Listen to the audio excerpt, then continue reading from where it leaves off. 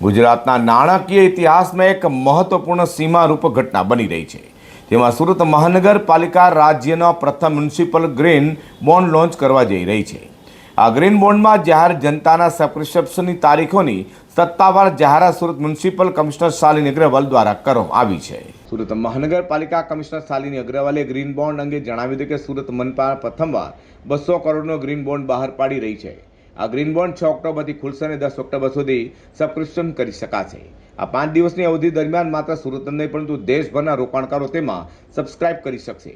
આ બોન્ડની સૌથી મોટી વિશેષતા એ છે કે ગુજરાતમાં પ્રથમવાર કોઈ મ્યુનિસિપલ ગ્રીન બોન્ડમાં સામાન્ય એટલે કે રિટેલ રોકાણકારોને સીધું સબસ્ક્રાઇબ કરવાની તક આપી છે। આ પગલું નાગરિકોને શહેરના પર્યાવરણીય વિકાસમાં સીધા ભાગીદાર બનવા સક્ષમ બનાવે છે।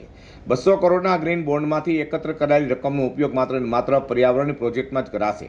સુરત મનપાના પ્રોજેક્ટમાં રિન્યુએબલ એનર્જી જેમ કે સૌર અને પવન ઉર્જા સંબંધિત પહેલું રિયુઝ અને રિસાયકલ ટ્રીટેડ વોટર એટલે કે પાણીના સંરક્ષણ અને ટકાઉ ઉપયોગ માટે અગત્યના ઇન્સેન્ટિવ્સ, પબ્લિક સેક્ટર ફંડિંગ એટલે કે પ્રથમ વખત સુરત મનપા બેંકો કે ખાનગી ક્ષેત્રને બદલે સીધું જાહેર બજારમાંથી ભંડોળ મેળવી રહી છે। આ પગલું નાણાકીય સ્ત્રોતોના વૈશ્વિકરણ માટે એક મોડેલ પૂરું પાડે છે। તો શેર બજારમાં એન્ટ્રી અંગે જણાવ્યું હતું કે કોઈ મહાનગરપાલિકા દ્વારા શેર બજારમાં પ્રકારની ગ્રીન બોન્ડ લોન્ચ કરવો એ ભારતીય મ્યુનિસિપલ ફાઇનાન્સના ઇતિહાસમાં એક મહત્વપૂર્ણ પગલું છે। તો રિટેલ રોકાણકારો માટે તક હોય તેમ સામાન્ય નાગરિકો માટે આ માત્ર રોકાણની તક નથી પરંતુ પોતાના શહેરના પર્યાવરણીય પ્રોજેક્ટમાં સીધો ફાળો આપવાની અને ગ્રીન પહેલોને ટેકો આપવાની તક છે।